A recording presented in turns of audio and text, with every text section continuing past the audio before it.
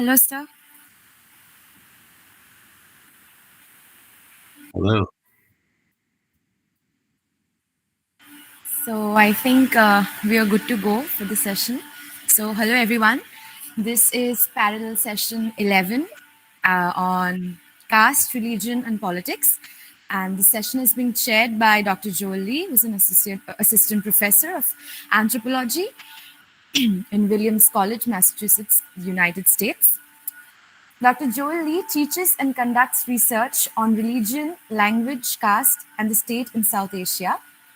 In particular, his work concerns the ways in which Dalits, those communities historically stigmatized as the untouchable, combat structural deprivation, navigate the politics of religious majoritarianism, and contend with the sensory and environmental entailments of sanitation labor in colonial and post-colonial India.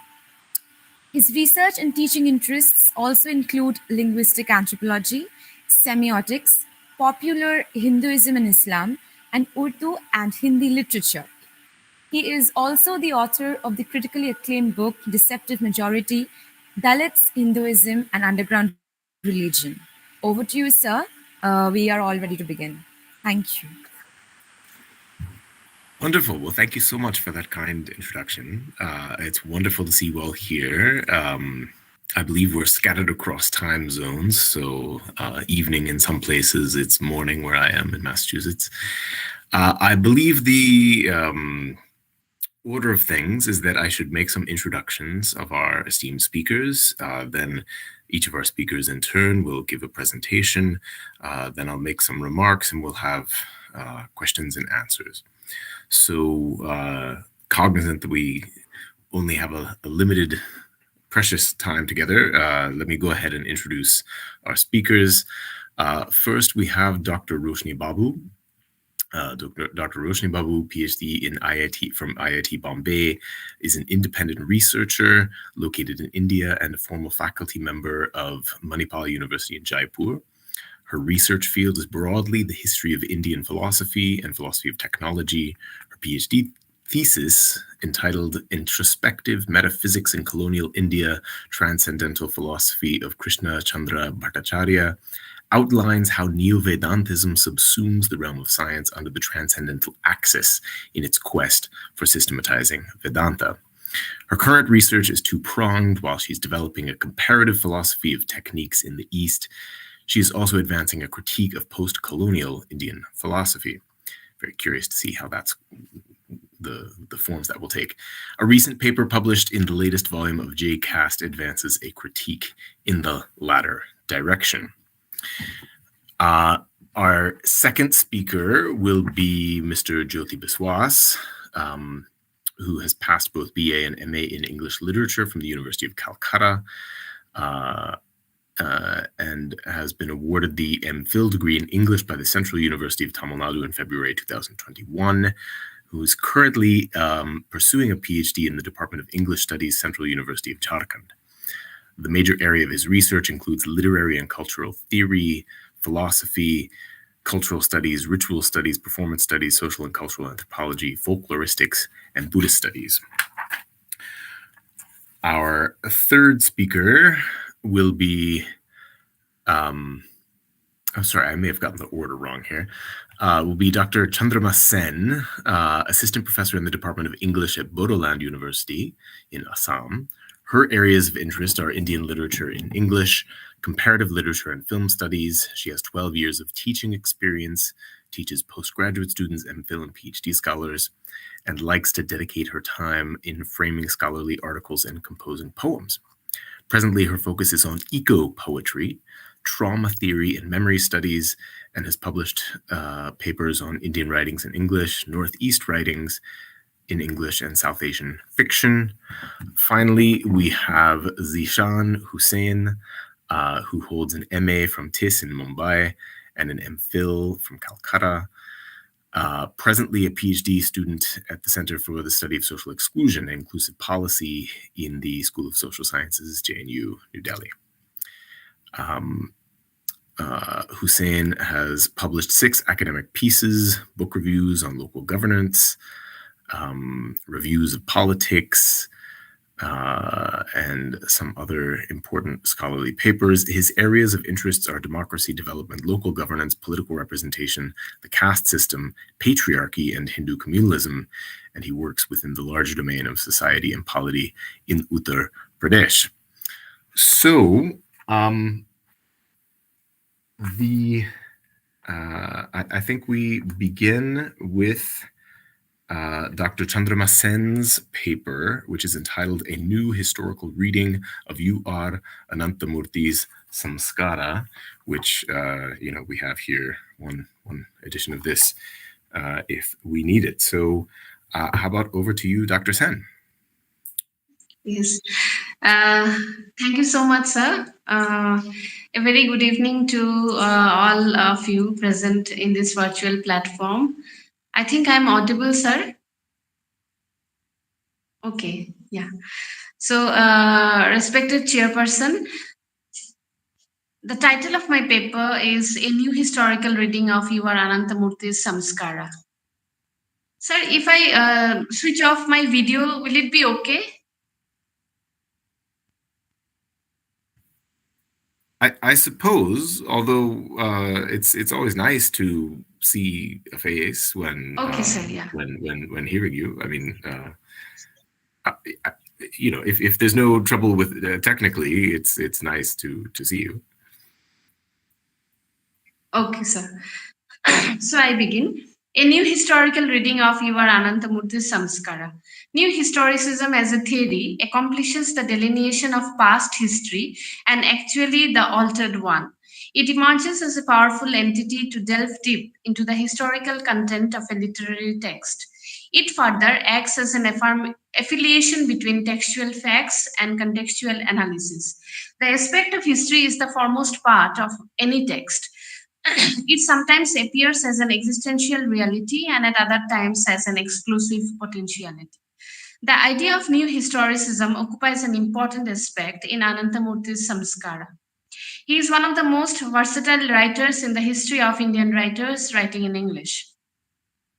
The novel was originally written in Kannada language. Later, it got translated into English by one of the eminent poets named as A.K. Ramanujan. His novels establishes the corresponding linkage between established history and alternative history. The novel seems to be engrossed with factors relating to religion, caste, gender implications, forcefulness, responsibility, self centeredness, and reality. It revolves around characters like Pranesh Acharya and Naranappa. The novel is divided into three constituent parts. The first part acts as a precursor of Brahminical dogmas and beliefs.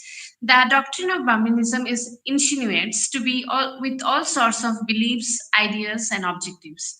The second part contributes to the factual reality of the landscape of the village Durvasapura. The sequence of events and the progressive plot subscribe to the parochial framework of the novel. The final part impersonates the shift and the transition in the character of Pranesh Acharya, who is one of the leading characters from the novel, in particular, and the flexibility and resistance of Brahminism in general. The two men stand in contrast to each other. Moreover, in the midst of these two male characters, we find there is a female named as Chandri, who is at the center of the novel. Chandri is introduced as a low caste prostitute. The desirability in the conscience of Pranesh Acharya and Naranappa keep pace with the ongoing struggle that takes place in the mind of Chandri. People of the village call her a whore and a seducing witch. The novel celebrates her beauty as the subject of male gaze. Both the male figures draw a particular curve in the disposition of Chandri's self. The life of Chandri and her stature as a low caste beautiful woman trace the underlying Brahminical ideology. Um, these two figures cater to the theoretical framework of the story. The binary between the two validate the actual reality of a particular caste. History serves as the background of the novel. Further, it pronounces a kind of a call that seems to counter the past frame. Ananthamurthy aims to reconstruct the formulated counterpart of Brahminical history. The story is narrated with the help of flashbacks in relation to the present circumstances. I quote, um, in in the book Towards the Poetics of Culture by Greenblatt, New Historicism views a work as the product of a set of manipulations, the product of a negotiation between a creator or class of creators, equipped with a complex, communally shared repertoire of conventions and the institutions and practices of society. The religious institution clarifies its start as a silent observer of all sorts of misdeeds, manipulation, exploitation, and savagery. The novel speaks about the contrasting phases of the spiritual involvement and the undeclared liberation of Brahmins. The issue of caste appears to be paradoxical in nature. At one point of time, Ananthamurthy seems to talk about the so called high caste Brahmins' show of caste pride. On the one hand, he stages characters like Pranesh Acharya, who is a rooted Brahmin of the village. On the other hand, he displays characters like named as Shankararya, the hybrid Brahmin of another village named as Parijatapura. Simultaneously, the novelist talks about two villages in contrast to each other. Durvasapura is a pure Brahmin village, whereas the other one is a hybrid one. Naranappa talks about neglecting or shows his idea of neglecting Brahminical norms that showcase his quest for self discovery. Dominic Lacapra writes about new historicism in Rethinking Intellectual History and Reading Text, where I quote, he writes, the impossibility of retrieving the objective facts of history, and on the other hand, the undesirability of a presentist quest for liberation from the burden of history through unrestrained fictionalizing.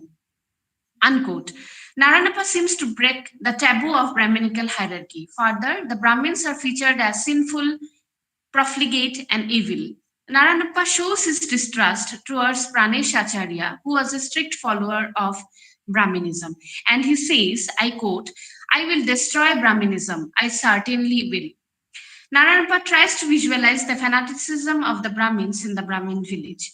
The novel's factual history locates the aspect of formulated Brahminism, whereas Ananthamurthy tries to allocate a different genre to his historical construct. On surface, Pranesh Acharya seems to be a man of knowledge and wisdom, but in reality, he strikes to be a curious aspirant of life.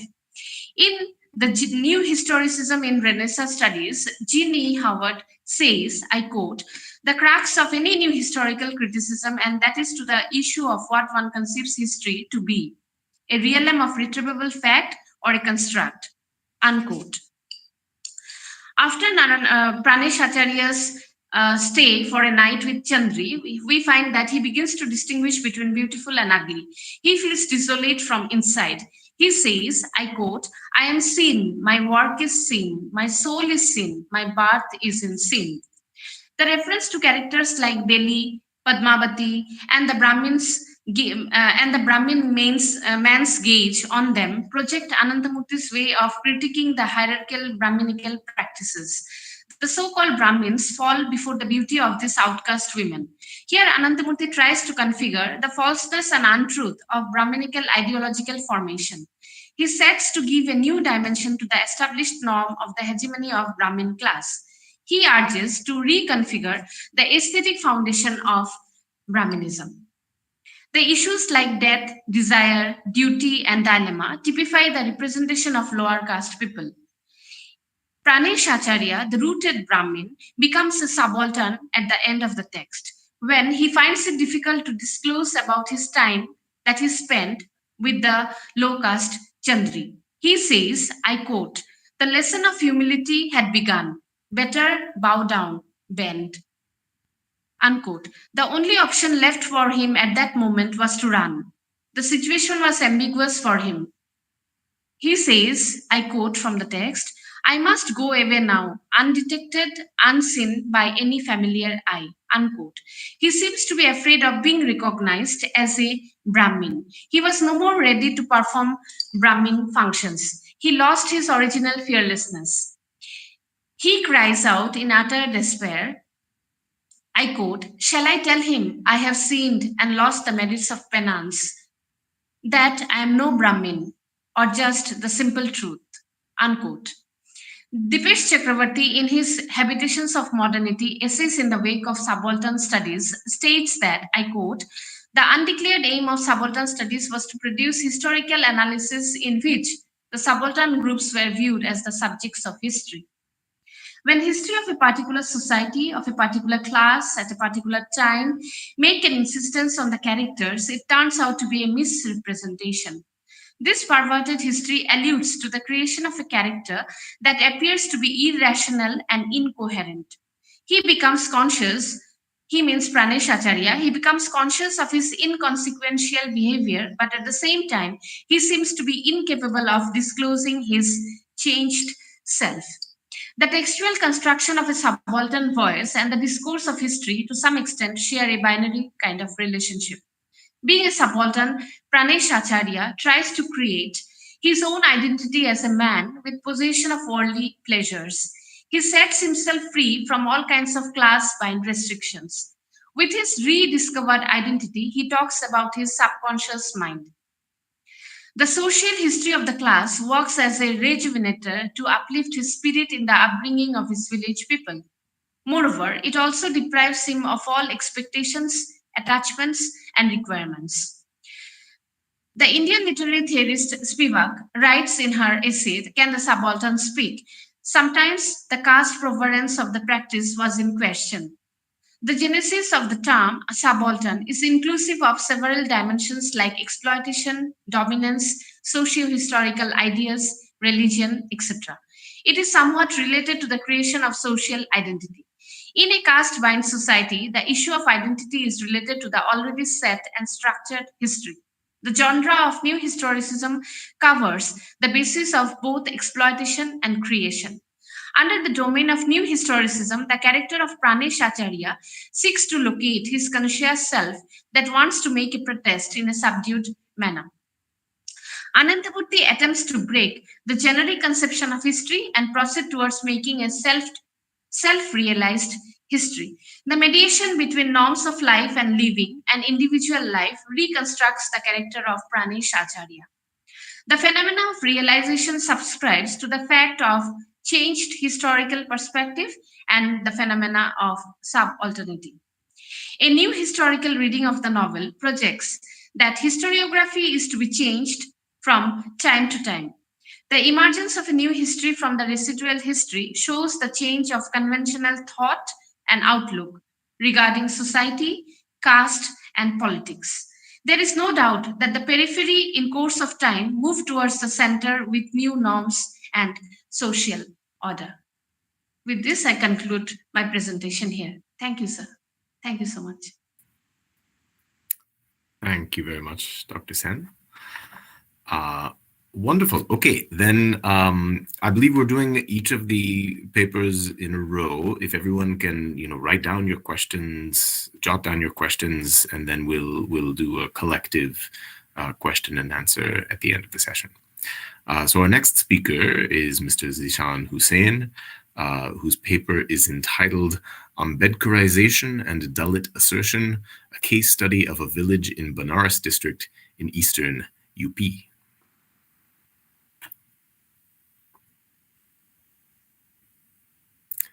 Zeeshan, I think we are not hearing you. Maybe you are muted. You just need to click the mute button. Okay, now am I audible? You are audible, yes. So I'm grateful to Manitosh Mandal for accepting my abstract, and I'm very elated to have Jyoti as chair, whose work with which I'm a bit familiar and admire. And today, interestingly, is also the death anniversary of Eleanor Zealiot. And I was in the morning reading uh, an obituary of Zealiot written by Joel Lee himself. So, such a coincidence. Uh, so, the title of my paper is Ambedkarization and Dalit Assertion, Notes from Banaras District in East UP. Uh, I will read out some portion of my paper and I will talk. And so, both ways it would go.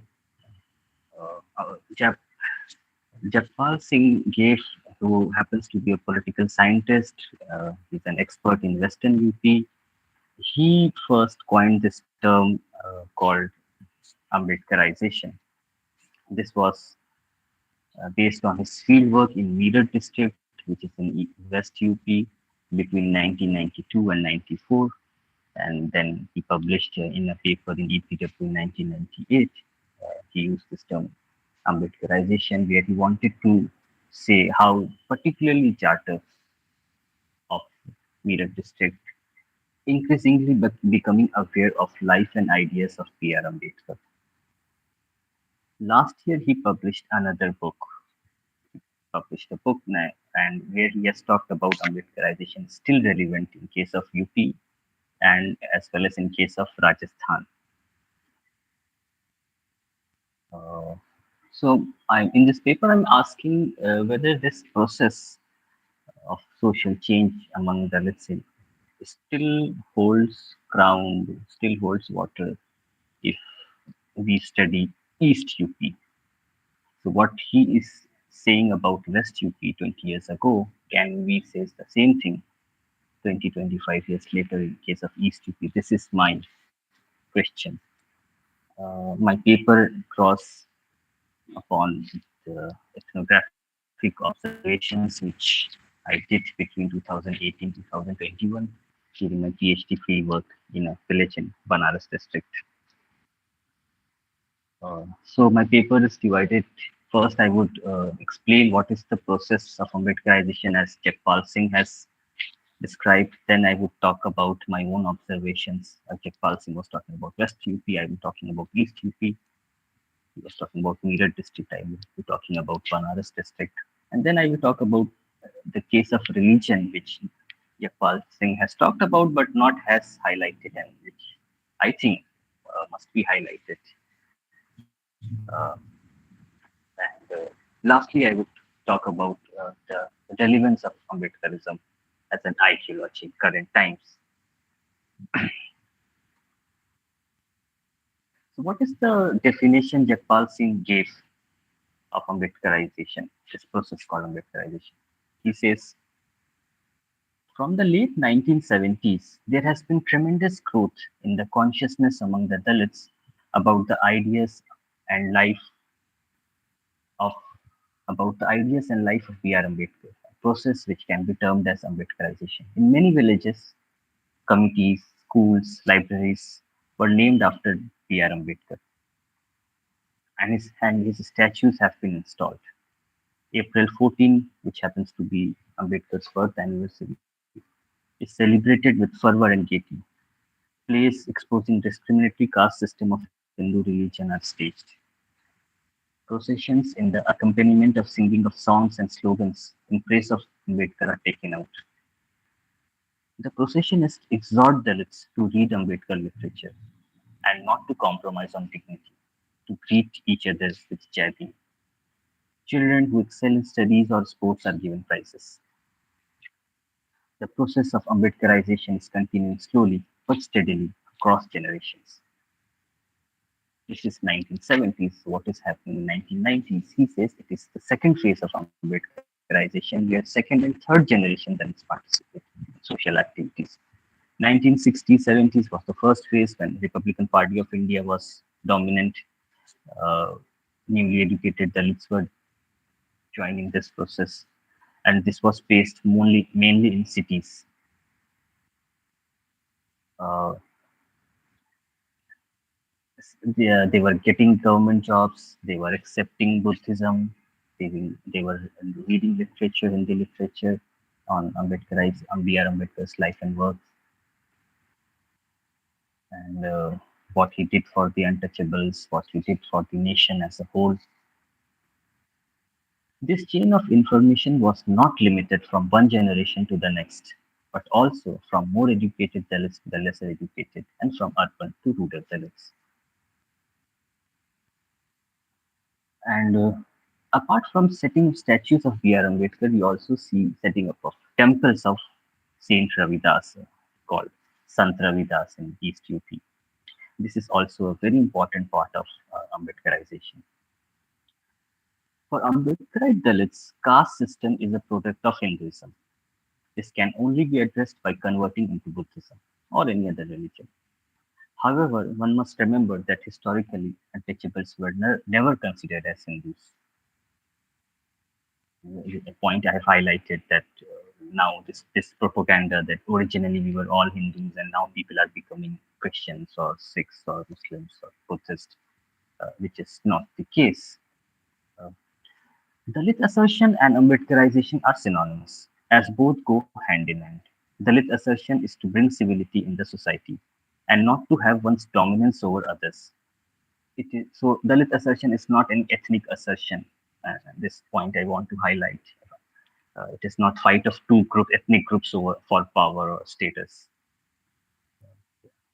Propagation of the image of Ambedkar was followed by knowing about his thoughts and work, but it was not limited to this. 1970s onwards, Dalits were also started to have their own political party, Bahujan Samaj Party.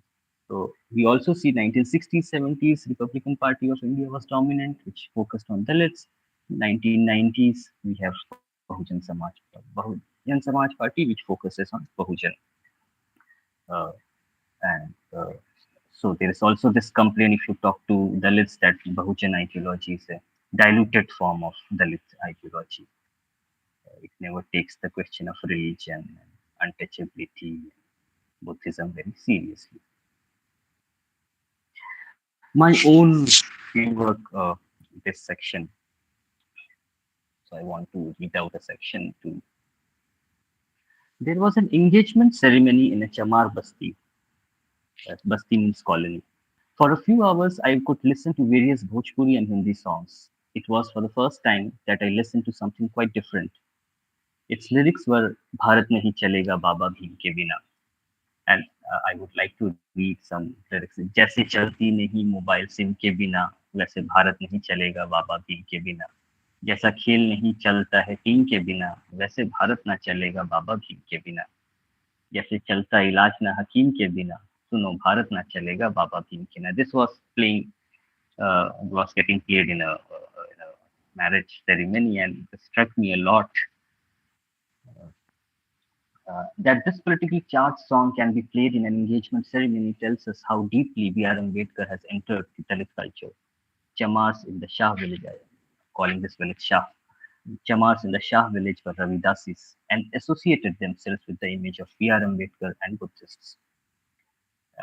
So this is also my response because many times people say Buddhism is different, Ravidasi subjectivity is different. If you meet and observe Chamas, you see that they completely overlap. They intermarry with one another. And so there is no major difference, at least I could see, between Ravidasi subjectivity and Buddhism. They all stand for me, one and the same, which is social justice. Another occasion where I observed this process of Ambedkarization was when I attended a small marriage ceremony at a different Jamal Basti. I saw a Buddhist monk sitting beside me and guessed that the groom must be Buddhist. I saw a few rituals and it seemed to me that there was nothing Brahmanic or Sanskritic Hindu ritual. On another occasion, I observed something similar. The bride and groom were given big royal cushion chairs. On a table placed near the two chairs were placed two sizable portraits of B.R. Ambedkar and Lord Buddha. I asked people standing beside me, why Buddha? To which they replied that the groom is well educated and believes in Buddhism. So there is also this notion that if you get education, if you get political consciousness, you accept Buddhism. Uh, so the Ravidasis become Buddhists, but Buddhists and Ravidasis marry each other, and there's no one raises eyebrows. I have also seen some marriage invitation cards which had pictures of B.R. Ambedkar and Gautam Buddha together. A handful also had Om written on it, or a form of Lord Ganesha also there. Thus, both popular Hinduism and Narayana Buddhism went hand in hand. This malleability of Buddhism helps to capture even those spaces which are loosely labeled as Hindu. And this is very important because many times I've seen activists saying that you have to discard Hinduism out and out, but if you amalgamate yourself with Hindu symbols, you can easily uh, take over those spaces which are usually labeled as Hindu. Hindu is a very loose term. Uh, so this, what I'm arguing is this malleability of Buddhism is helping to intrude to basically liberate those spaces which are usually called Hindu spaces, Lord Ganesha or Om. And from this flows this argument that one important point here I would like to mention is that Buddhists use the category Hindu to identify themselves. In the Banaras village, everyone knew everyone's caste and kinship, and they called it Biradari, Chamar Biradari, Thakur Biradari, Brahman Biradari, Banya Biradari, so, and identified each other as such.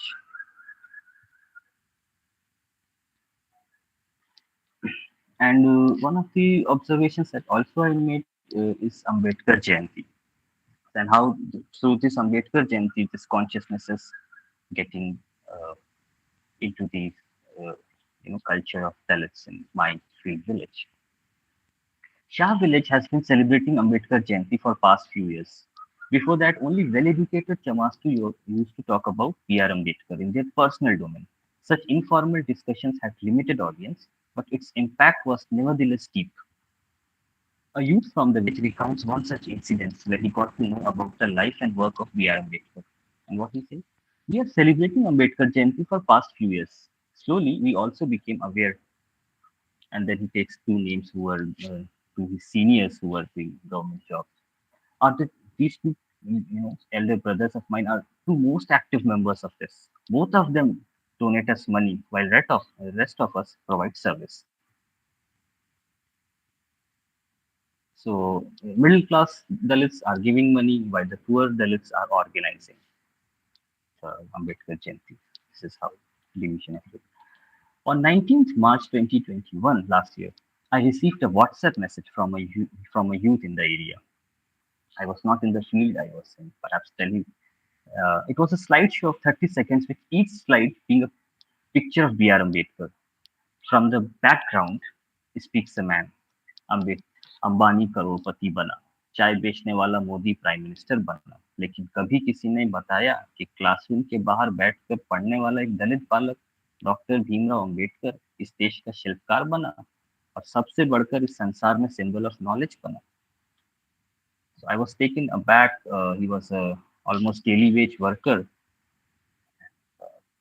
So this tells us how Ambedkarization is happening through the medium of mobile phones, which have reached rural poor. Uh, and so there was also this temple of Ravidas in the village, and they were celebrating Ravidas Jayanti as well. So youth were getting to know about Sant Ravidas. Let's do this part. If I observe that Ambedkarism is increasing among the educated youth, I could also sense that not so educated youth are slowly feeling that they are ordinary Hindus. And so there's popular culture that if you are nothing, you happen to be Hindu.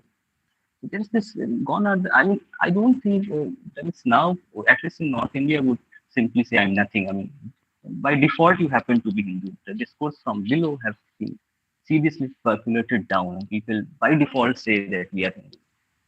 Though counter consciousness also exists in food habits and eating pork, etc. And this section, next section, I'm talking about Hinduism, Buddhism, and then importance of studying Dalit religion, which I think is very important, which Joel calls underground religion, which is completely correct. When if you have to see beyond the surface and see, you will see that it definitely has religious elements, Dalit subjectivity. In the field, I could sense that rural semi-educated Chamas preferred to be called Ravidasis, while urban well-educated Chamas preferred to be called Buddhists. Both of them did not find the term Chamar offensive, though they never asserted their caste identity. This is East UP, and people don't find the word Chamar offensive. But they never say like we are Chamas as if we are Thakurs or never like that.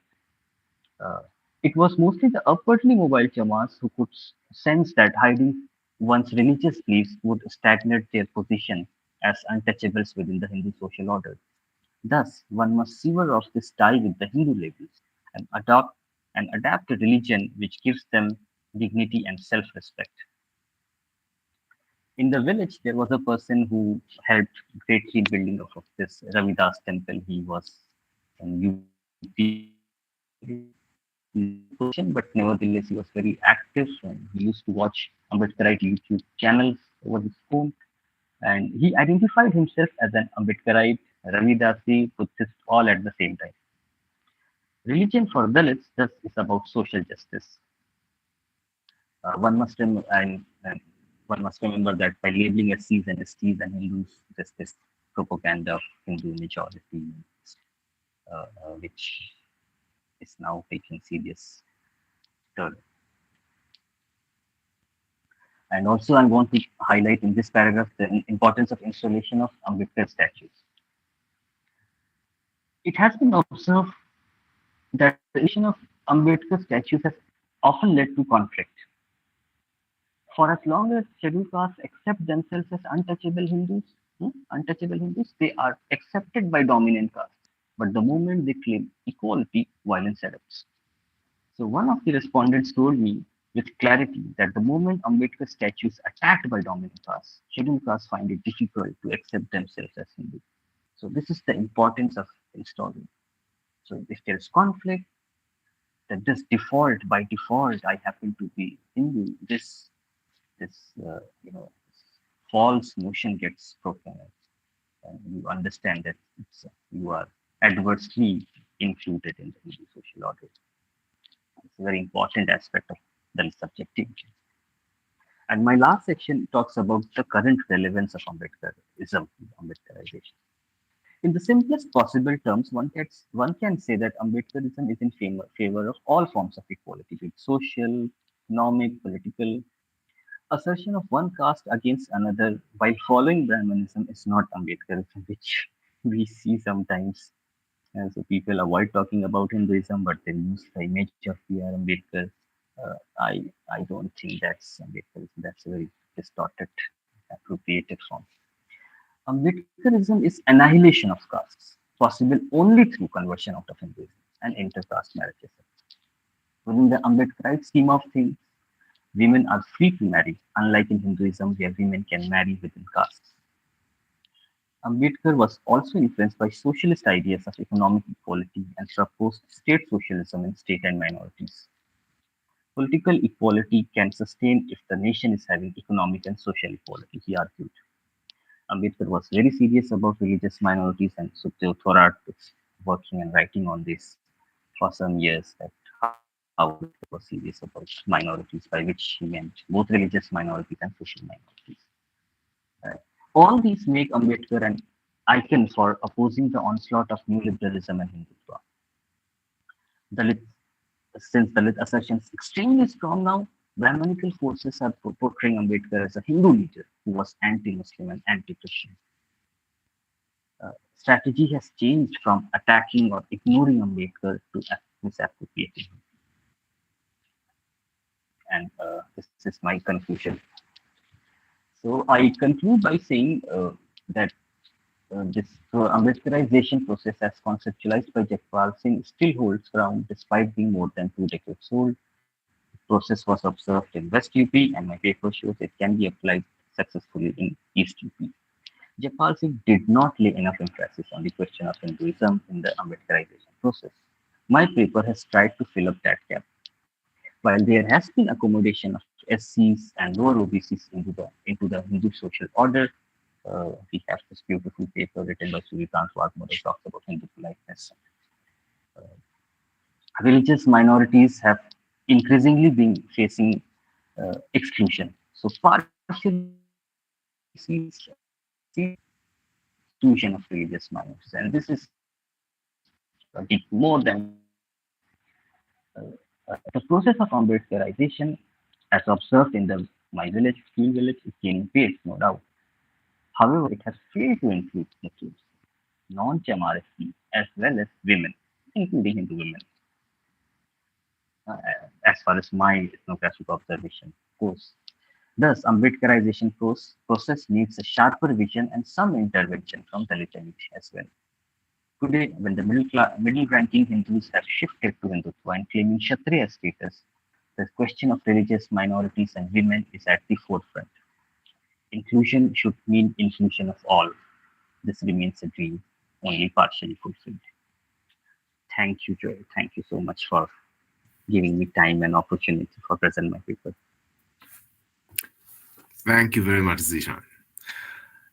Wonderful. Okay, our next paper, and again, audience members, I hope you're taking notes and preparing your questions for in a few minutes. We'll have a chance to discuss generally. Our next paper is by Dr. Roshni Babu, whose paper is entitled De-naturalisation of Caste in Narayana Guru's Vedanta. Thank you. A very good evening to everyone. Namaste, Namaskaram. Many thanks to the chair, Dr. Joel Lee, for the kind introduction, and my fellow presenters, members of the audience. Let me begin with a heartfelt appreciation of the organizers of this conference for bringing us all together under this thematic. To Dr. Mahitosh Mandal in particular for organizing this event as a platform for thinking what could be viewed as a seminal question of our times. My paper is titled De-naturalisation of Caste in Narayana Guru's Vedanta.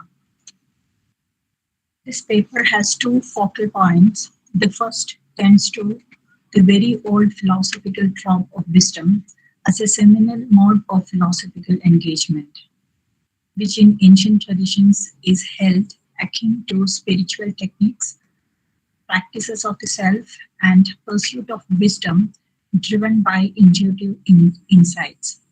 The second looks at the modality in which Narayana Guru engages with the practice of wisdom in his critique of caste.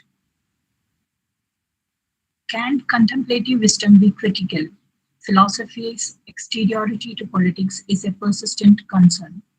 In philosophical contemplation, Shankara's Advaita fell into a black hole of moral codes perceived to be springing forth as evidenced in the Vedantic scriptures.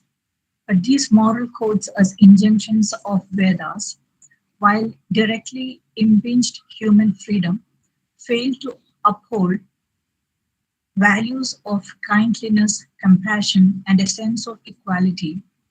The hallmark of Narayana Guru's reinterpretation of Shankara's Advaita is to enunciate non-duality as equality, thus transforming non-duality as a cosmic truth palpable to the common folk who reel under the inegalitarian moral codes of caste system, subdued under the Vyavaharika or the experiential realm by Shankara's Advaita.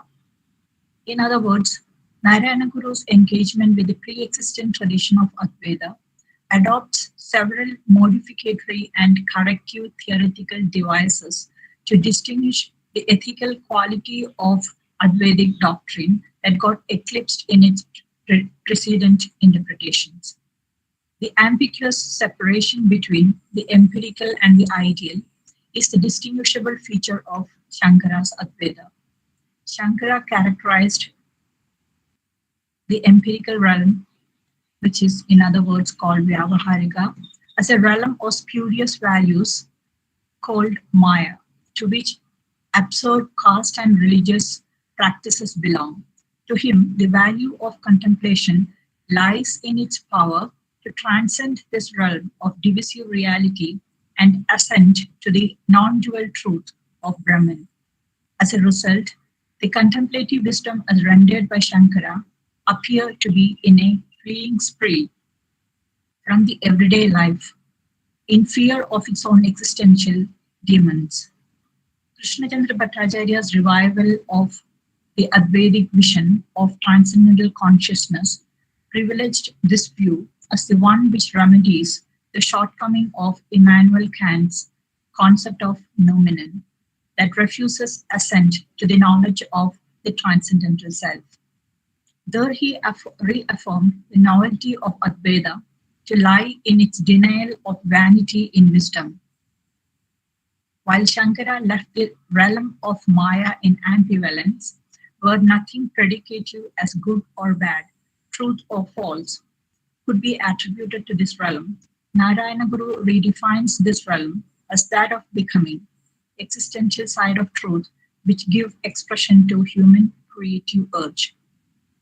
As a retort to the orthodoxy that held on to the dogmatic moral codes as integral to Vedic injunctions, Narayana Guru posits a life-affirming principle as fundamental to human nature, their creative urge.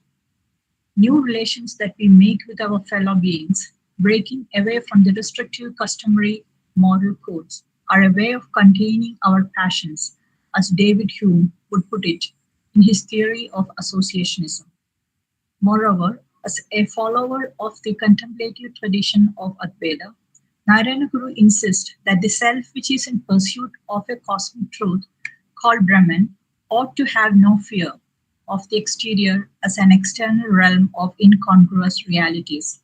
Certainly, they, Shankara and Narayana, adopted different philosophical personages to propagate what they understood to be the essence of Advaita. Narayana adopted the personage of a guru in comparable dimensions to the Greek Epicureans, and Shankara was more of a Stoic thinker.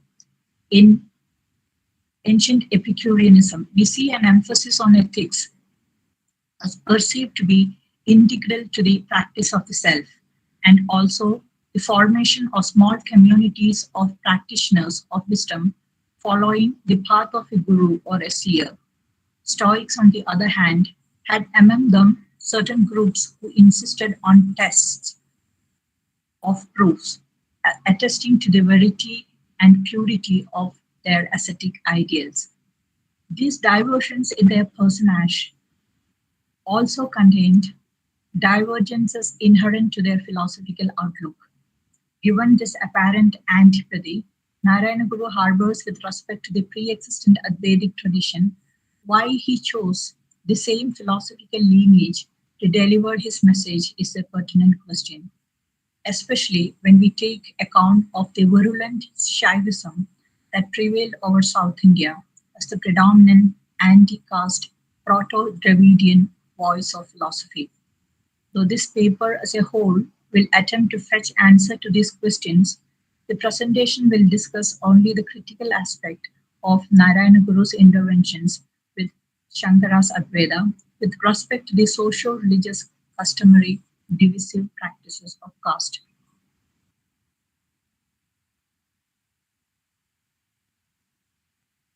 This paper discusses in particular Narayana Guru's short composition titled Determination of Caste. This is my translation of the one in Malayalam would be rendered as Jyoti Nirnayam. It consists of 5 verses, of which the first one is composed in Sanskrit and the rest in Malayalam. The oft-quoted lines, one of kind, one of faith, and one in God is man. Oru jati, oru madam, oru devam manishinu, exemplifying Narayana Guru's anti-caste position, consists of the second verse of this poem.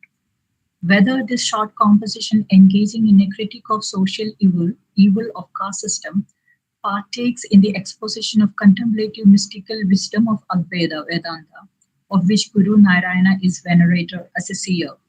This is the question. Pertinently, in the face of Vedantic revivalism as Neo-Vedanta, during which period he lived, that is between 1954 and 1928, sorry, not 1954, 1854 and 1928, Indian scholastic philosophy invariably adopted a position of exteriority to politics. As Nadaraj Guru, his immediate disciple, observes, and his main commentator observes in the topology of commentaries on Vedantic wisdom, such questions pertaining to moral codes, social duties, and scriptural injunctions are dealt in the Dharma Shastras and Smritis. Natarajaguru's brief observation, in fact, percolates into a larger debate concerning the meaning and function of critique as in critical thinking, whether critique implies jnana or contemplative wisdom. Critique as a mode of reasoning intended to confront prevalent normative codes in moral, epistemological, and social spheres is perceived to be discontinuous with contemplative intuitive wisdom.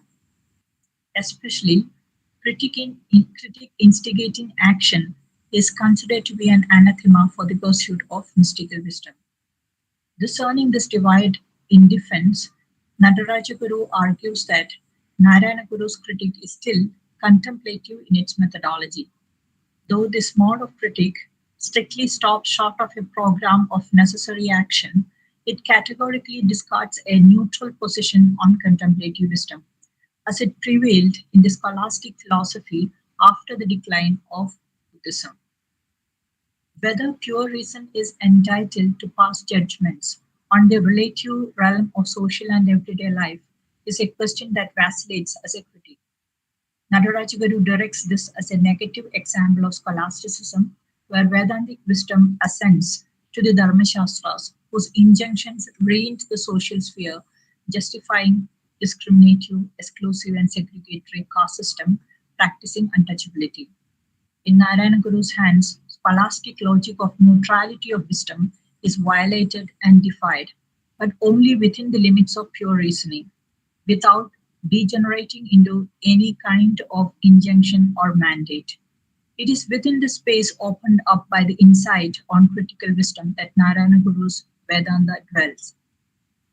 Nadarajaguru interprets its implication to lie in a critique of Shankara's Advaita, which treated the subject of caste as part of the everyday life, and thus a necessary social obligation.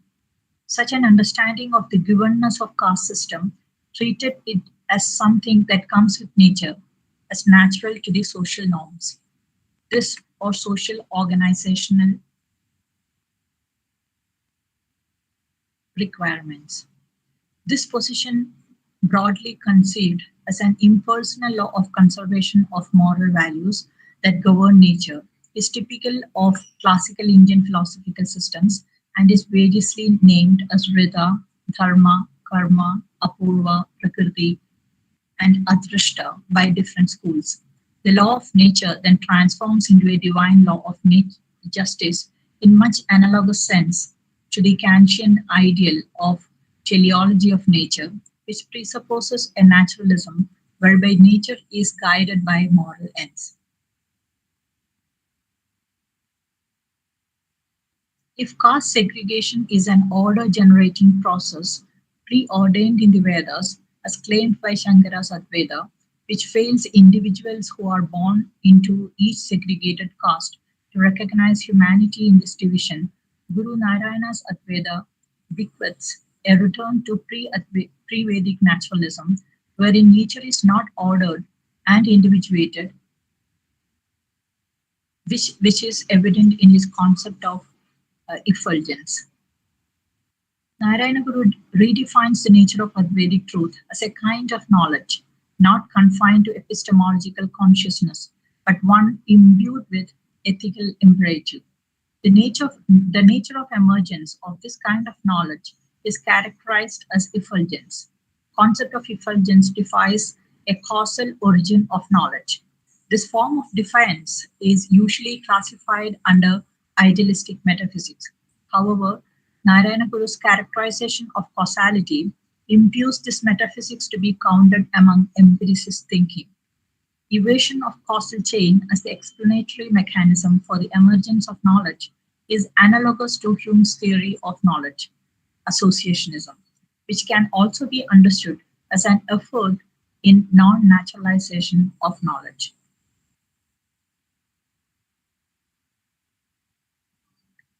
What significance does it hold for denaturalization of caste?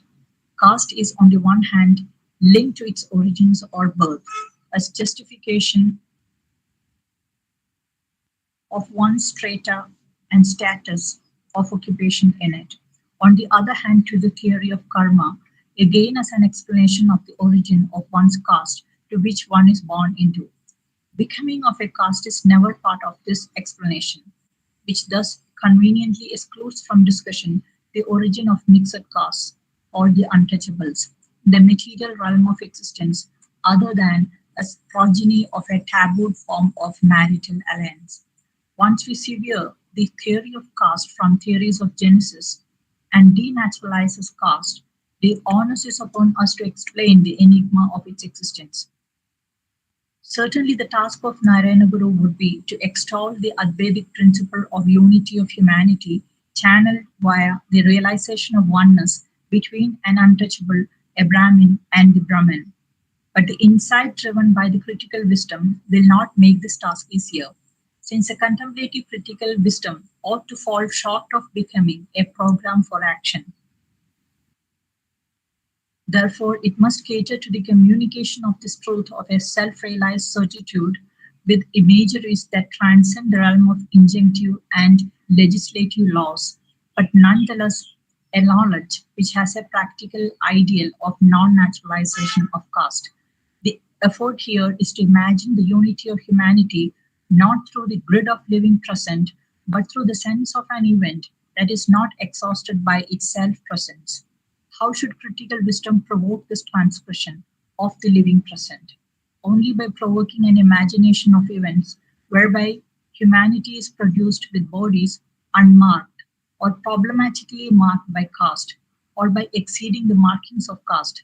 Whether we have memories of such events of this magnitude to provoke anti caste thinking is his question. Response in affirmation, Narayana Guru's short composition evokes these imageries in the fifth verse.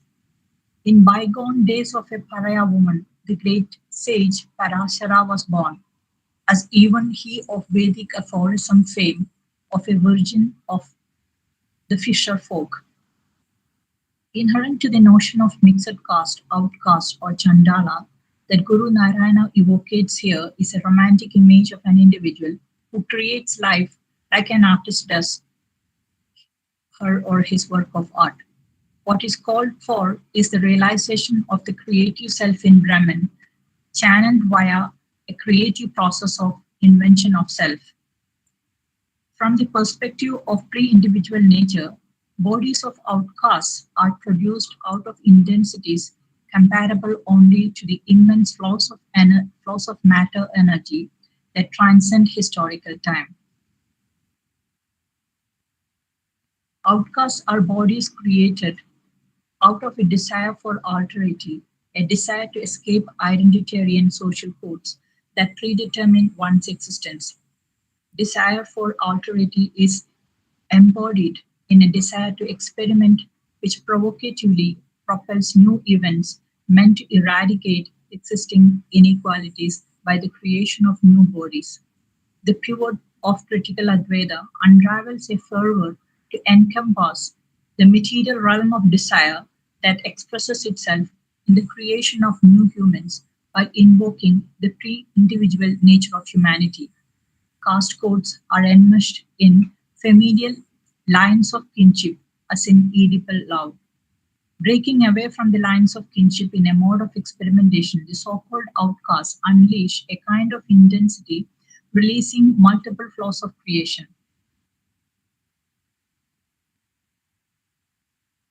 Is my time getting over? How much time is left for me? You have 4 minutes. I have 4 minutes. Okay, thank you.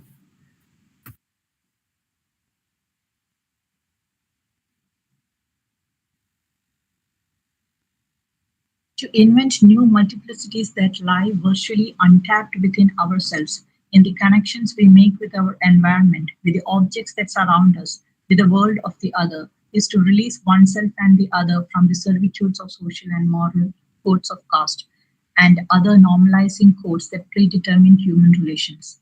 Thus, outcasts are analogous to Deleuze and Guattari's concept of bodies without organs, as in a new body formed freed from the dogmatic strictures of caste, with a yearning to create new organs. to feel and engage with the new world. As Dr. Ambedkar, as Ambedkar reminds us, the question of mixed castes and its allied taxonomy of ousting them from the proper space of religion has been a defining feature of all religions and Hinduism in particular. In a similar vein, Narayana Guru breathes new life into Advaita by fleshing it out as a theory of empiricism. His critical wisdom recasts the Advaitic pursuit of Brahman or self-realization as a process of othering the self through outcasting oneself, by dissipating oneself as a heteronymous other. Hume's theory of associationism is built on a world of exteriority, where external world of relations become convertible passages to a world of non-totalizable fragments. In Narayana Guru's reinvigoration of Vedanta, we see a similar urge to dismantle the totalizing urge of religious unity in favor of a non-totalizable spiritual and ascetic becomings under the broader canvas of critical Advaita or anti-caste Advaita. Relations, when viewed as expositions of creative impulses of human nature, allow us to see the urge to create something non-existent that is not presently given. If naturalism is a rendition of human nature in its givenness, the theory of relations will cast it in the registers of de-naturalisation. I stop here and I look for comments, feedback. Thank you. Thank you very much. Wonderful. Okay, for our fourth paper this evening or this morning, we have Mr. Jyoti Biswas, who is giving a paper entitled Reservation of Rituals and Ritual of Reservation, an Ambedkarite critique of select hymns and rituals in the Rig Veda. Mr. Biswas. Okay. Good evening. Sir, may I audible? You're wonderfully audible, yes. Yes. Thank you. So, respected chair and the fellow participants, myself Jyoti Biswas, a PhD scholar, Department of English Studies, Central University of Jharkhand, Ranchi. The title of my paper, The Reservation of Rituals and Ritual of Reservation, an Ambedkarite critique of selected hymns and rituals in Rig Veda. For the primary text, I have selected the English translation of Rig Veda by Joel P. Brereton and Stephanie Jamieson, published from Oxford University Press, New York in 2014. I also took the help of the book, the Rig Veda, a guide by the same authors. And for the secondary texts, I have selected some writings by Dr. Ambedkar and some writings of Professor Kancha Ilaya, especially his book, Why I Am Not a Hindu. Now I want to give an outline of my presentation. First, I will give a brief introduction about Rig Veda, then a brief note about selected hymn and ritual. I have selected one particular ritual, that is Soma sacrifice, and one particular hymn, that is hymn number 114 of book number 9. And then I will talk about the concept of priesthood, I mean the Brahminical priesthood, the cultural capital, concept of cultural capital, and which is more important in my paper is the concept of cultural reservation. I mean, when I talk about reservation, I mean, there are two divisions. One is constitutional reservation, and we Indians are fully aware of what constitutional reservation is. But I want to focus on the concept of cultural reservation through priesthood that has its root in Rig Veda primarily. And then I will talk about the Ambedkarite criticism of priesthood and of cultural reservation, and then the conclusion. The Rig Veda is primarily a book of rituals. According to Brereton and Jamieson, the Rig Veda is primarily a liturgical text. The individual hymns collected in it were composed to be recited as the verbal portion of a ritual performance that also involved the physical offering of foodstuffs, to put it in its simplest form.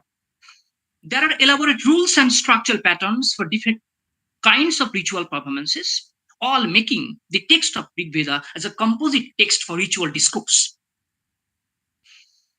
The Rig Veda comprises of 10 books. book from 2 to 7 are known as family books, each composed by individual poet and sometimes by other poets of the same bardic family. Some of the poets of the Rig Veda are Vishwamitra, Kashyapa, Atrisa, and Bharadwaja. There are total 1,028 hymns, 10,462 verse stanzas, and 165,007 words. All Rigvedic hymns were orally transmitted from one generation down to another. All of the hymns were perfectly memorized by successive generations.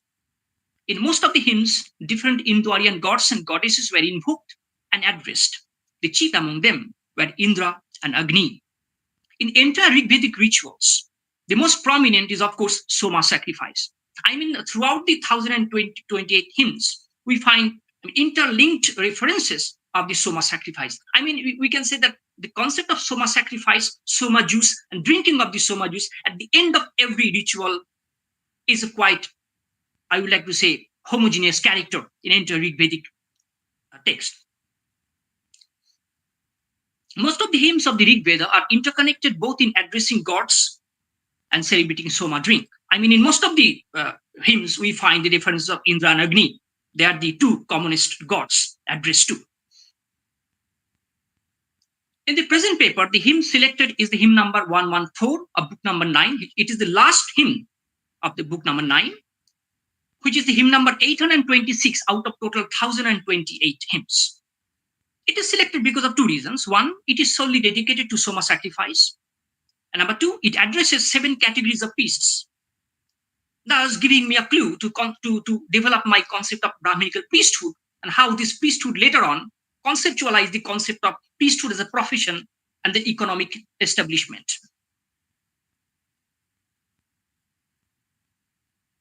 The priesthood in Vedic Brahminism has its root in the hymns of the Rig Veda. Brereton and Jamieson show that there were around 16 priests got engaged in Soma sacrifice celebration. Prominent among all of them are Hotar priests, Udgatar priests, Brahmin priests, and others. It is shown that in later Vedic period, the ritual became less an invitation to the gods and more of a manipulation of them. Priests should understand the secrets of the rite that they performed. In the later ritual, the Brahmin became the formal overseer of the ritual, unquote. Now, in this particular observation, we can understand that how the shifting of the Vedic rituals and priesthood from invoking the gods to dominating over the life of the common people. I mean, in other sense, I would like to say that earlier it was a pure ritual celebration to invoke the gods, but later on it turned into some sort of a cultural authority where the common people will respect the priests and in this way give them the utmost respect and consider them the highest human being.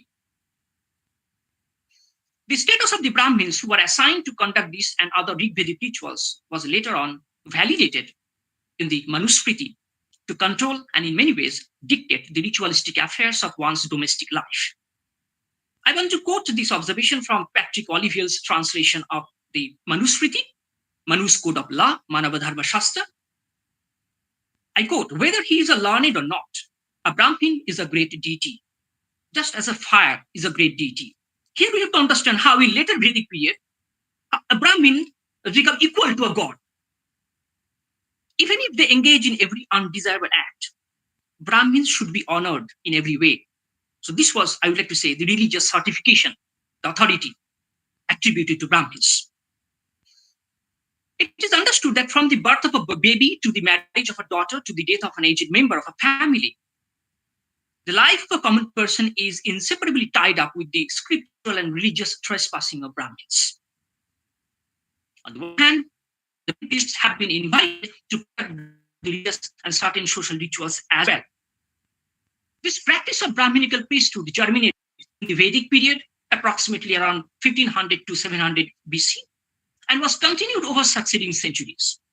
The monopoly of this priesthood was properly documented in the 18th and 19th century also by some administrators in erstwhile British government. In his The People of India, first published in 1908, Sir Herbert Hoare Beazley provides us with an authentic portraiture of the contemporary Indian domestic life. His account of the tyranny of Brahmins on the life of common people is horrific. Now I want to quote from Sir Herbert Hooper's observation. But be this reason good or bad, the pious Hindu's life is overshadowed by the exaction of the Brahmin.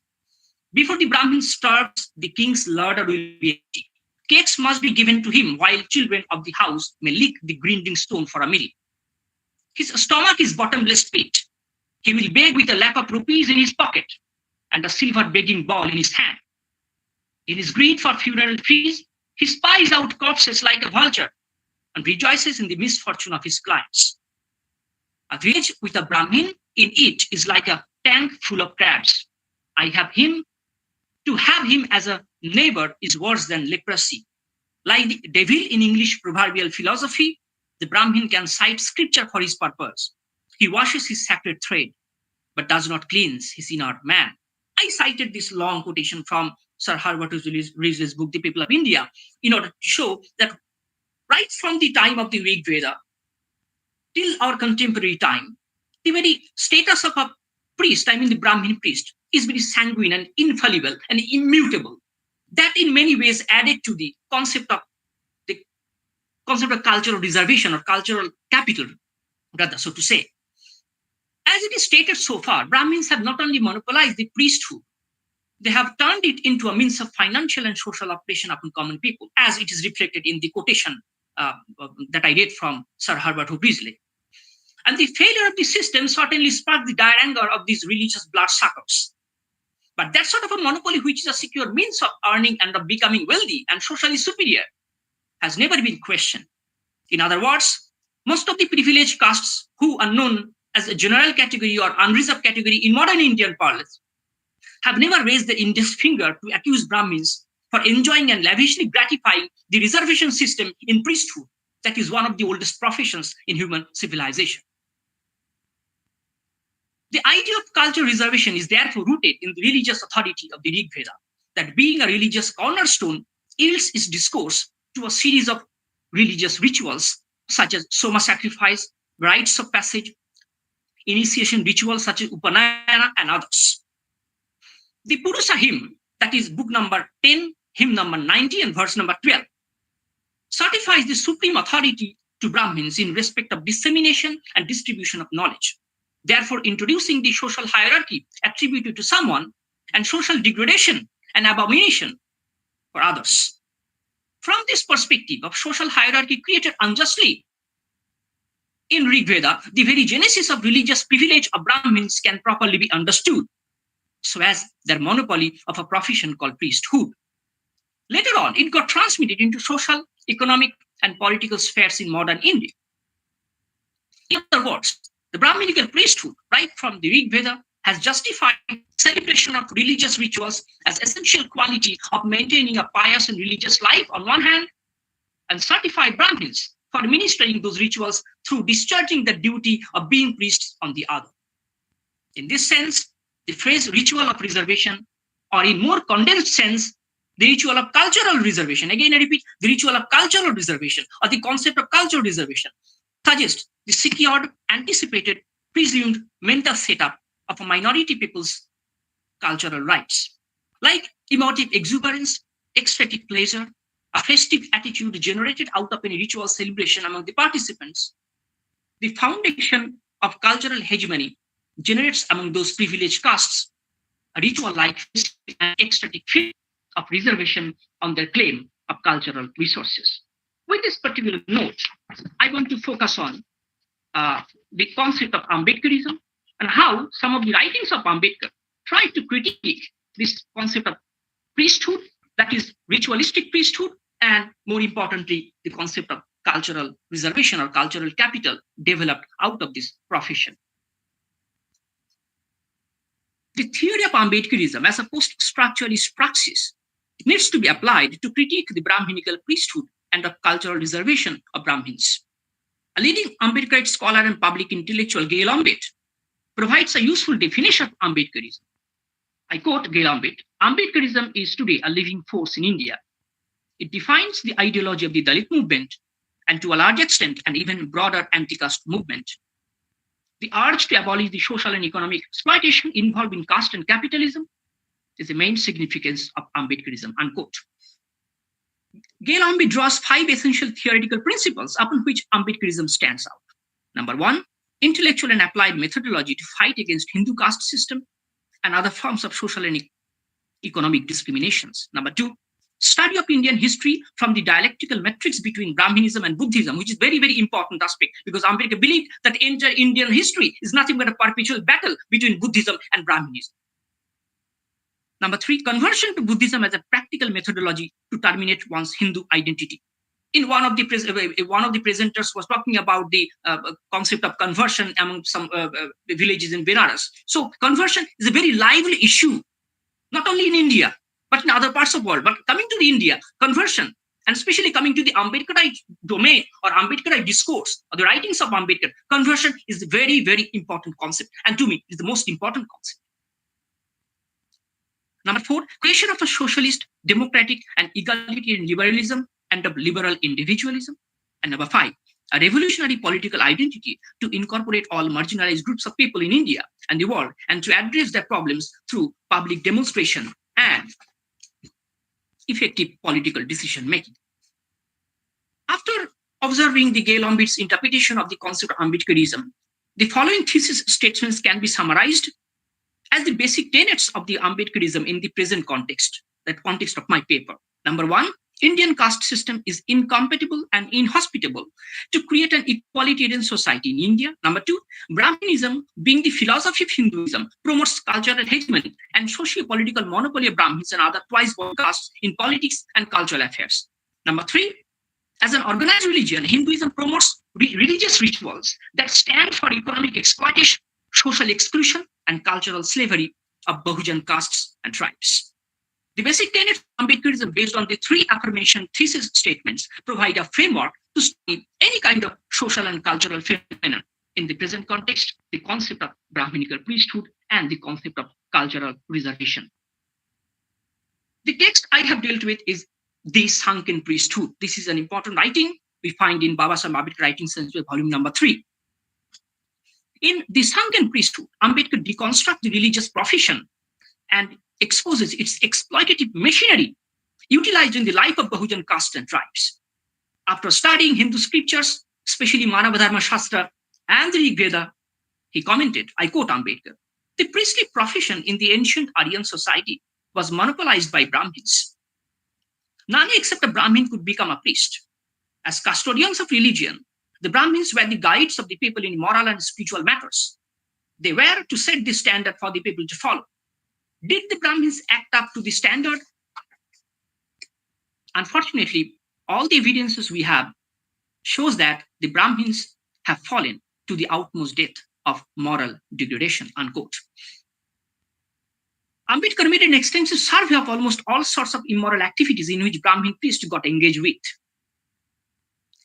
His results can be furnished in the following commentaries. Number 1, luxury and sensuous gratification, such as attending dance performance of devdashis and temple prostitutes, drinking liquor, beautifying with ornaments, cosmetics, and bracelets. This last point gives us some sort of a hint that Brahmins very often used to ask gold as remuneration after performance of the ritualistic duty. And 2, discharging wrong and unholy means of livelihood, such as fortune telling, foretelling an abundant rain, foretelling pestilence, and administering roots and drugs. This point is also very important, that Brahmins were not satisfied with their ritualistic profession, the priestly profession, and they wanted to shift to some other non-priestly profession so as to gain money. After reading the Ambedkarite evaluation of the role and activities of Brahmin priests, the following conclusions can be deducted. Number 1, primary goal of the priests is to cheat on people and make money by all sorts of unholy means. Number 2, their unholy means were beyond the question of doubt because their profession has been certified by scripture, such as the Rig Veda and the Manusmriti. And 3, this priestly authority later on gave rise to cultural reservation in social life. Kanchaila is another important figure in contemporary India's social science and social science studies. And he, in many of his writings, extended this Ambedkarite framework, and he's one of the noted Ambedkarite scholar. So in his book, Why I'm Not a Hindu, a Shudra critique of Hindutva philosophy, culture, and political economy, Kancha Ilaiah extended this Ambedkarite critique of priesthood, of rituals, and its exploitative machinery. Drawing the framework from the lived experiences, Kancha Ilaiah deconstructs the very construction of Hindu identity, the base of which is the existence of different Vedic rituals and of different Vedic gods. And according to Kancha Ilaiah, that the existence of thousands and thousands of Vedic gods with their respective names and with their respective clay-made idols, whether under the shade of a tree or even in a temple, is actually a machinery to divert the attention of the people, to make them puzzled, and in this way, in the name of magic and divinity, loot money from their pocket. Kancha Ilaiah says, I quote, did Brahminical polytheism, he uses the word polytheism, did Brahminical polytheism work in the interest of Dalit Bahujan masses, or did it work in the interest of Brahminical forces who are a small minority? Unquote. He provides a genuine answer against the system. I quote Kancha Ilaiah, the relationship between the Hindu gods and the Dalit Bahujan masses has been that of an oppressor and oppressed, the manipulator and the manipulated. This religious oppression results out of the innumerable rituals created not simply to please the Indo-Aryan gods, but to actually enslave Bahujan people in the endless chain of duties in their domestic and social spaces. This ritualistic cycle of profession of priesthood that was divinely ordained regulates the religious life of Bahujans. Therefore, it certifies for the priests the most prestigious social status among common people and makes religious rituals unavoidable in the daily chores of life. This kind of deconstructive approach to critique Brahminical ritual and priesthood from the perspective of Ambedkarism resulted in a solution through the process of religious conversion to non-Hindu faiths. So far as it is evaluated, the importance of religious rituals and the role of Brahmin priests are quite inseparable from the life of a common people. Throughout the year, he has to follow rigid religious instructions of a Brahmin priests, failing of which will result in fear of sin and repentance. Ambedkar, in many of his writings, raised this issue and demonstrated that ritual and priesthood would never stop chasing someone who is a Hindu, especially to those who were known as untouchables, or in present parlance, Dalits or Dalit Bahujans. With this critique, I would like to come to the conclusion of my paper. Considering the idea of cultural reservation that Brahmins have unanimously gratified and lavished, it is quite understandable that religious authority of Brahmins and socially degraded Bahujans stand along a vertical line of hierarchy. Brahmins unanimously capture the vantage point of this hierarchy and in this way become socially privileged. This privilege swallows other resources such as social, political, and cultural. It is needless to say that like pre-1947 India, the post-1947 India has been dominated by Brahmins too, in politics, in art and culture, in academic establishment, in medical professions, engineering professions, and IT professions, in bureaucracy, in administration, everywhere. But the popular conception that scheduled castes and scheduled tribes, SCs and STs, have been monopolizing and enjoying constitutional reservation in contemporary India needs to be deconstructed by bringing the concept of cultural reservation that Brahmins have been enjoying since ancient time, the germination of which is found in the rituals and priesthood authorized in the Rig Veda. Thank you.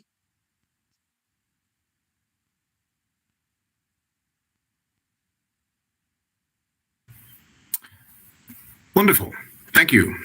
Thanks to each of our four speakers and to each of you here in the audience, as well as to the organizers, of course, for putting together this wonderful opportunity to think together. So first, let me just say it's been a real pleasure to read your papers and get acquainted with your research.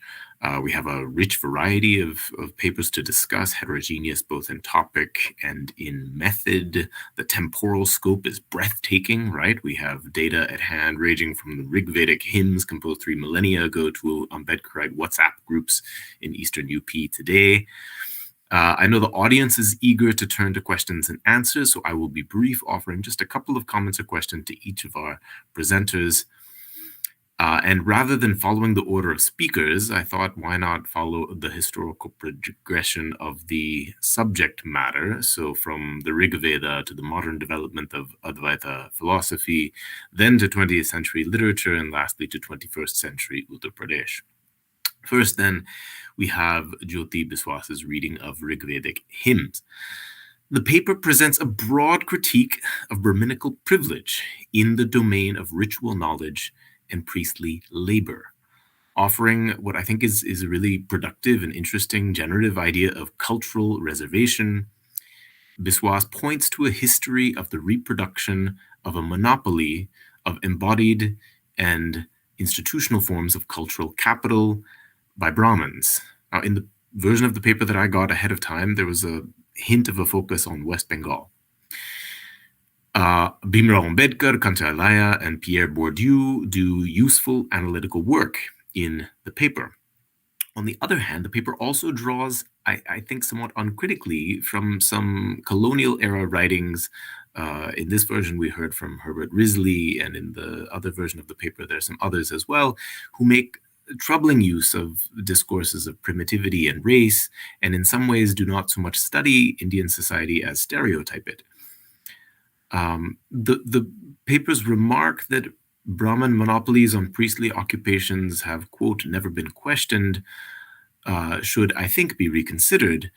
The questioning of Brahminical privilege has rather been a hallmark of South Asian intellectual and political life, from the Buddha to 20th century non-Brahmin movements to Ambedkarism today. So the paper would be strengthened, I would suggest, by a more careful approach to history and critical reading of historiography. It would also be very exciting, I think, to see the author develop his research in a direction hinted at in the version that I received ahead, which would be a kind of a more focused study on how particular Rigvedic hymns that you mentioned at the beginning, how particular Rigvedic hymns have been mobilized in specific historical contexts in Bengal. So in the original version of the paper, there's some suggestive mentions of, the historical moment of the reign of the king Bilal Sen, and what kind of shift that brought into being. And more contemporarily, this phrase "Baro mase tero parbon," please forgive my Bengali, which to consider how phrases like that get mobilized today, and sort of what life Rigvedic hymns have in everyday life today, how those continuities are enacted. That could be a really rich possibility, it strikes me. Okay, next we have Dr. Roshni Babu's study of the de-naturalisation of caste in the work of Narayana Guru. This evocative, thought-provoking meditation raises some rather profound questions of the relation of wisdom to social imagination and political practice. If Shankara 13 centuries ago advocated a fleeing spree from everyday life, that's a wonderful turn of phrase, I love it, encapsulating the Advaita exponent's mode of engagement with social practices like caste as a subset of Maya, which is to say nature that is to be transcended, Dr. Babu contrasts Shankara's approach with that of Narayana Guru, who, in her words, quote, enunciates non-duality as equality, thus transforming non-duality as a cosmic truth palpable to the common folk. So I would love to hear Dr. Babu elaborate on this palpability, this accessibility to everyday people of Narayana Guru's conception, especially the business of outcasts being, quoting the paper again, bodies created out of a desire for alterity, a desire to escape identitarian social codes that predetermine one's existence. So what does this look like in pragmatic terms, in palpable terms, right? Does it converge with Ambedkar's call for intercaste marriage? Is it a call for everyone to become a renunciate? What are sort of the visible, accessible forms of this idea of non-duality as equality? Then we have Dr. Chandrima Sen's paper, which also deals with desire for the other. In this case, the desire of Pranesh Acharya, the Brahmin protagonist of Ananthamurthy's Samskara, for the quote-unquote low-caste woman Chandri.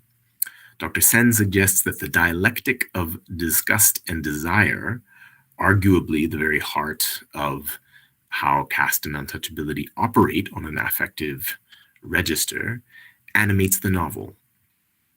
This seems to me a promising line of analysis, and one would like to see the paper systematically attend to literary representations in the novel of precisely disgust and desire. Even it might be very interesting to see, to compare the original Kannada in this respect, and the kind of,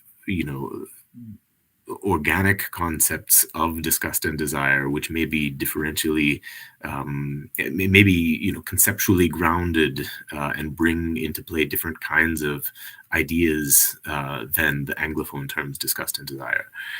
And of the events that provoke a switch from one to the other, right? What is it in the novel that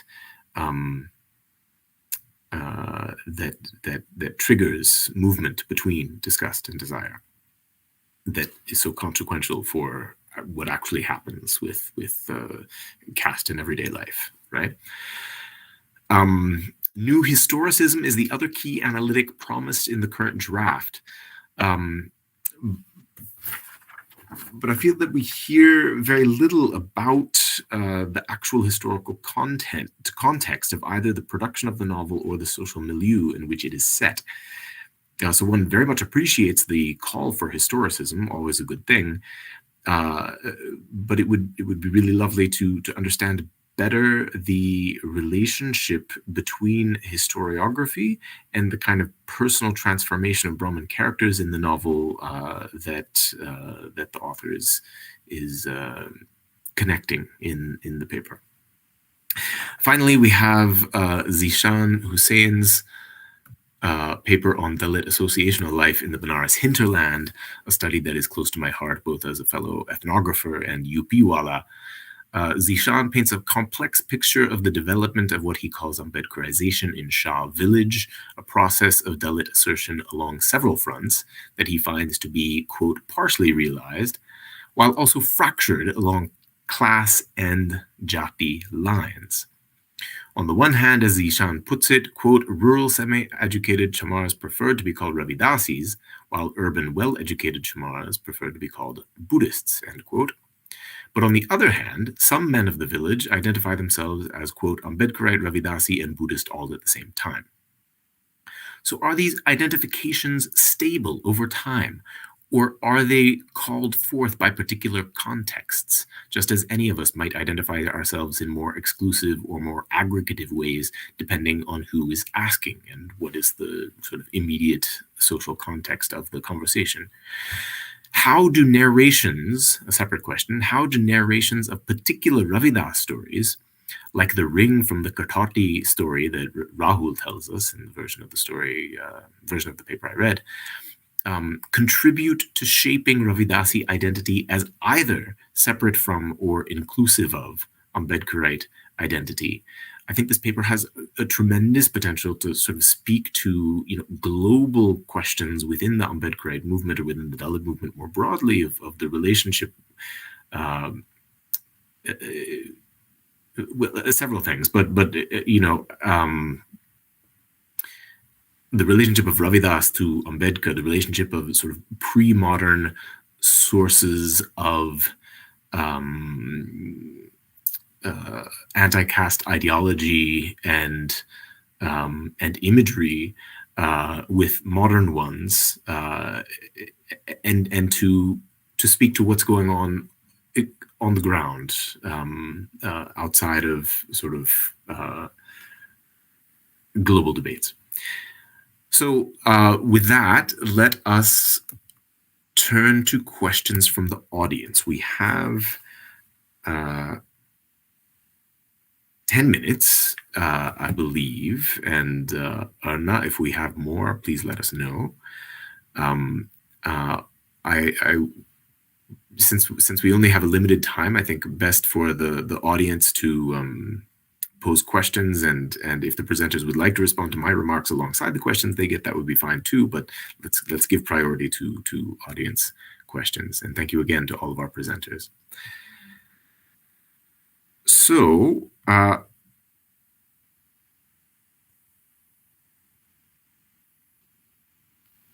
let me just open up the chat. Okay, a question from Hiranya. This is a general question directed to all presenters. I was wondering about your opinion on the degree to which individuals from the Dalit community are alienated from the very structurality of religiosity and spirituality because of alienation from socially accepted and oppressive religious models. Okay, would any of you care to take that up?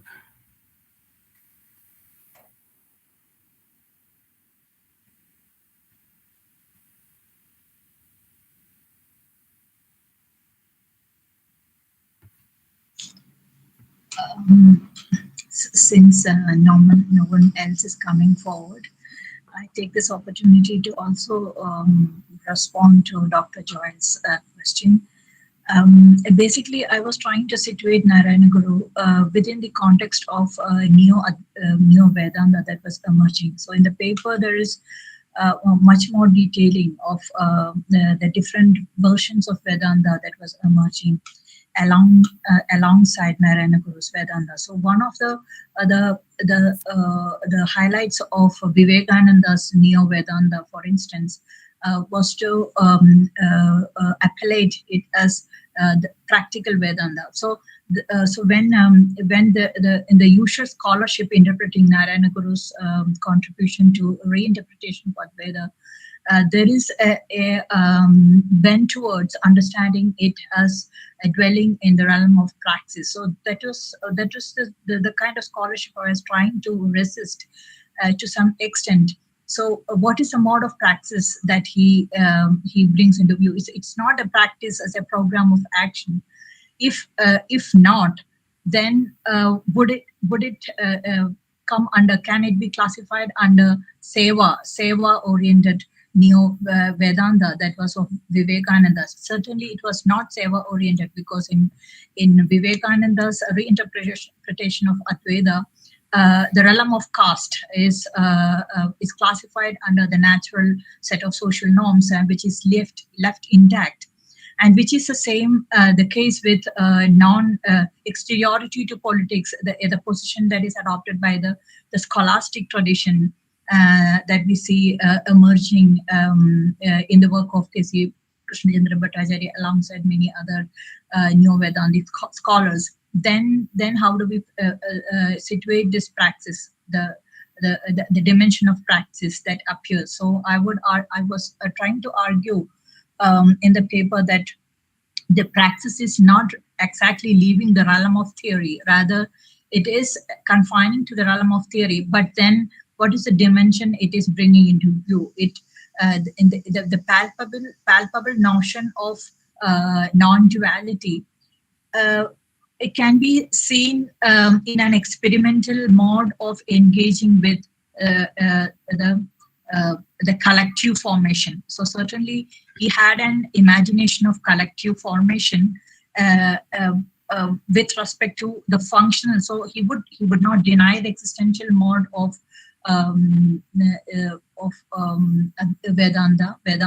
Vedanta's division between the empirical and ideal. He would not deny it as an illusory existence. So he would also redefine what then Maya, the realm of Maya, would imply. So that portion of the paper was left out.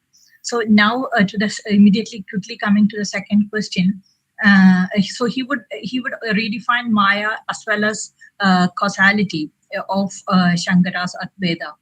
and then how do we so I was also trying to make comparable dimensions with the practice of self that we see in the care of self, that scholars such as Haddo, Foucault all develop. So what are the comparable dimensions there? The practice of self, though it can be applied only under spiritualistic traditions, but still they are not evolving into a religious system of faith. So rather they are fragmentary wholes. So these are the comparable schemas I was trying to fit this in.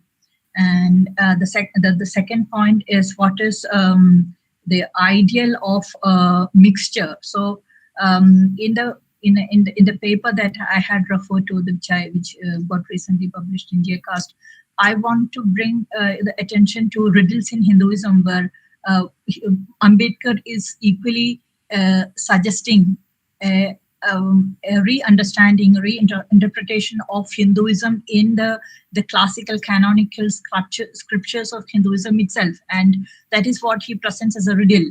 And when we look at these canonical scriptures of Hinduism, he quotes Manu also to be puzzled with, confronted with the riddle of the mixtures, the chandalas emerging out of the canonical scriptures themselves. Then how do we define who is a Hindu? This is one of the titles of this chapter. I think that's the very first chapter of Riddles in Hinduism. Who is a Hindu? How do we define a Hindu? This is an interesting portion where he defines Hinduism as a complex congeries of creeds and doctrines that has no definite creed.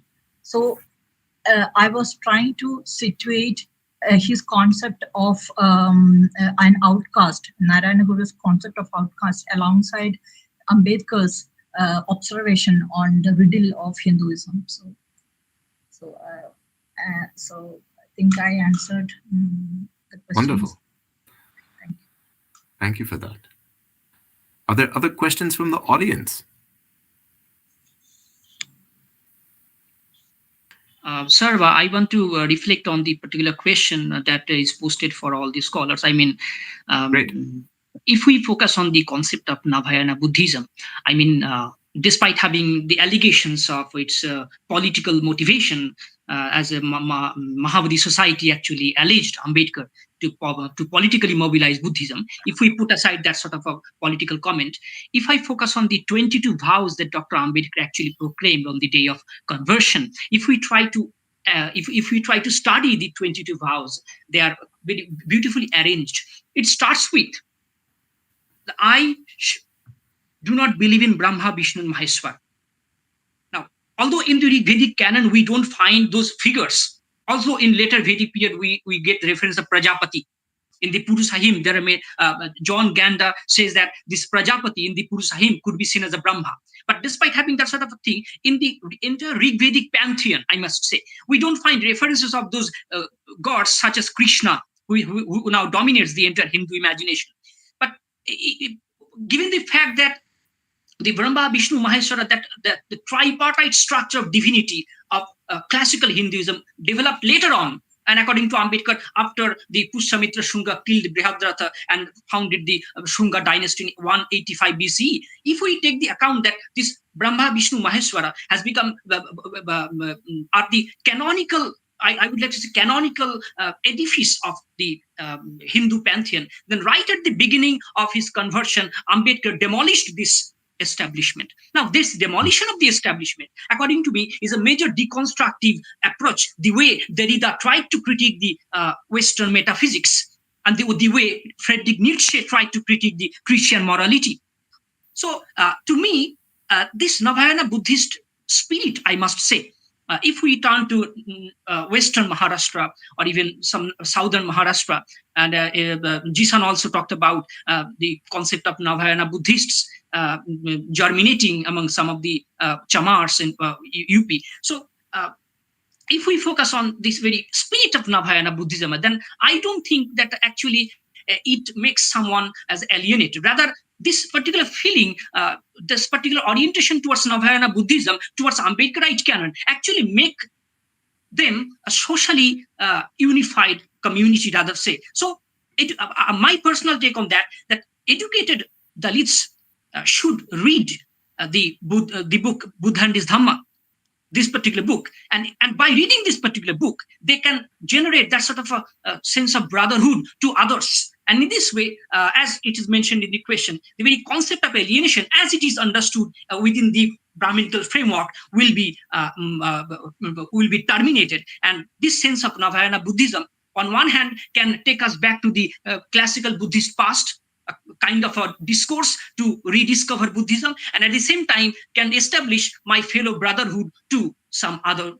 with some others. So this is my more or less my take on that Navayana Buddhism can have a question. And as I told you in my paper, that conversion is a very, very lively issue. Whether I can convert to Islam or convert to Christianity or even convert to Buddhism or even convert to Judaism, whatever, conversion is very, very important, because Ambedkar believed that deconstruction of Hinduism is impossible unless one terminates his or her link with this particular structure. Because if there is a Buddhism, if there is a Hinduism, that means there must be caste. So Navayana Buddhism, according to me, is a very engaged Buddhism. I know it is a form of engaged Buddhism that developed in Southeast Asia and also in Japan.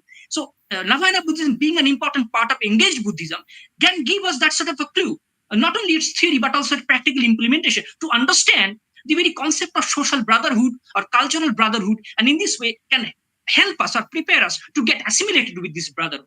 So this is my just observation on that. Great, thank you. Zeeshan, how would you put the question of alienation next to the building of Ravidas temples and the co-presence of Buddhist practice and Ravidasi practice in UP? So exactly, I mean, like this question, what Arna was asking, if this Dalits are alienated from religion. My field work and my readings have shown me opposite. I'm saying Dalits have their own religion, and the heart of that the own religions, and the heart of that religion, those religions is social justice. So to simply, I mean, uh, uh, I see people engaging in theological debates, etc. But yes, it is important. But Dalit religions have at least two dimensions. First is social justice, and if you talk to any Dalit, Lal Begis, Ravidasis, Buddhists, you will see that they are all united by this idea of P.R. Ambedkar, social justice, gender equality, economic equality.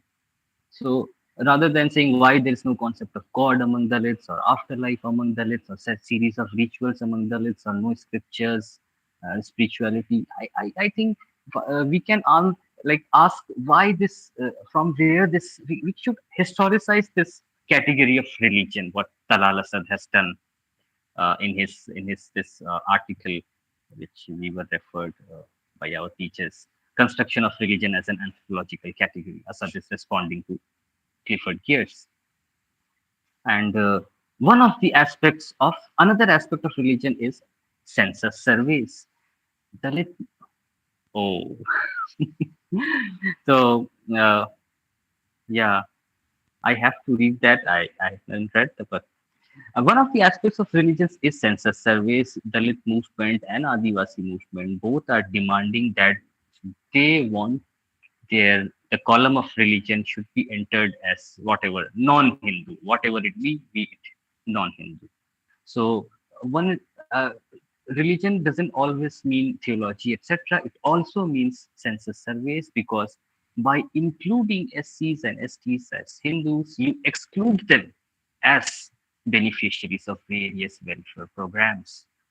So this is, this is the dilemma of Dalits. The more they get included within Hindu order, the more social, economic, political exclusion they will face.